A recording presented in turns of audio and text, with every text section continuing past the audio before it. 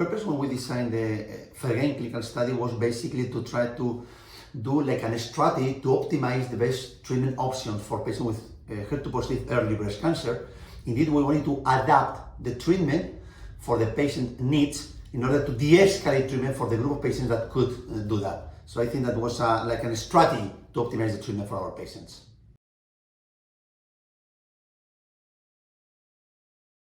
We follow each patient and we adapt the treatment to the response that this patient has achieved specifically with the treatment. And that's amazing. It's completely different strategy than the standard of care that we have had until now.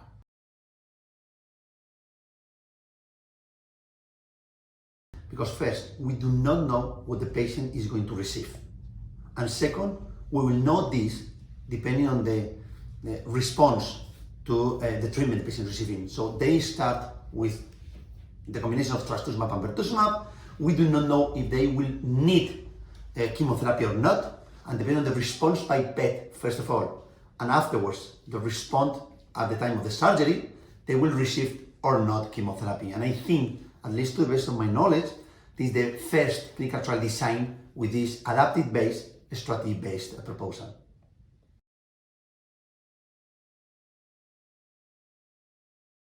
Obviously, for patients, they prefer not receiving chemotherapy. The important question here is, it is safe and we can grant the same chances to be cured with a non-chemotherapy based strategy? And that's the answer that we have provided with FDG-PET.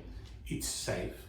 We can guarantee that a subgroup of patients can safely receive a non-chemotherapy based regimen with the same chances to be disease-free at 3 years at this point.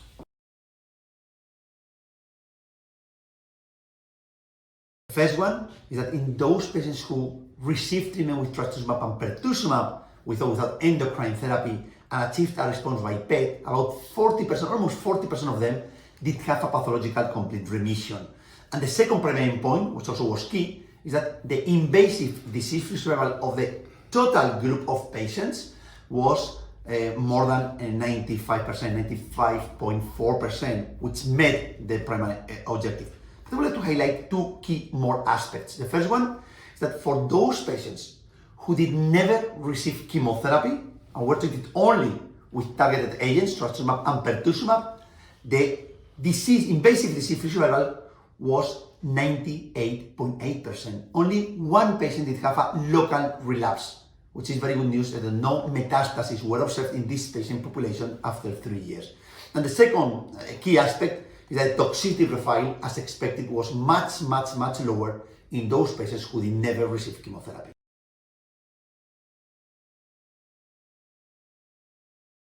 I think that the results are very relevant, not just for patients, also for clinicians, because now they will have different options to treat patients with HER2-positive early breast cancer.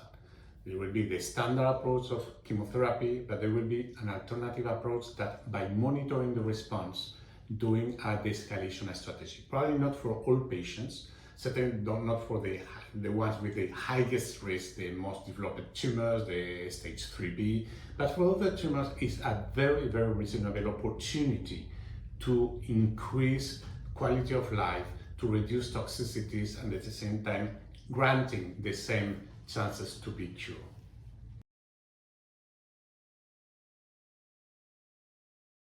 From the clinical point of view, I think that this has opened the possibility for the clinical practice to select a group of patients that maybe we can start to optimize the treatment without the need of chemotherapy. And for the research point of view, I would like to highlight two aspects. The first one is that we are now at MEDSIR conducted FDG-PET 2, which is a similar approach in patients with small tumors, and we are designing how to optimize the strategy in this patient population, not only de-escalating, but also maybe escalating in a group of patients that might need more treatment. So from our perspective, I think that we are, I don't know if this is something that we'll get or not soon, but I think that in the very near future, my opinion is that we will be able not to cure all patients, but a great majority of them.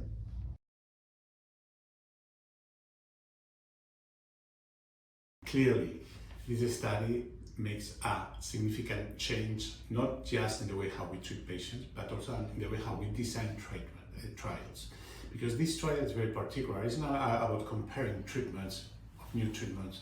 It's about a strategic adaptive trial for a specific patient. So it's much more appropriate for patients, this kind of a study, than the one that we are just comparing two different treatments without no other objective rather than confirming that one treatment is superior to the other. It is about optimizing treatment for specific patients.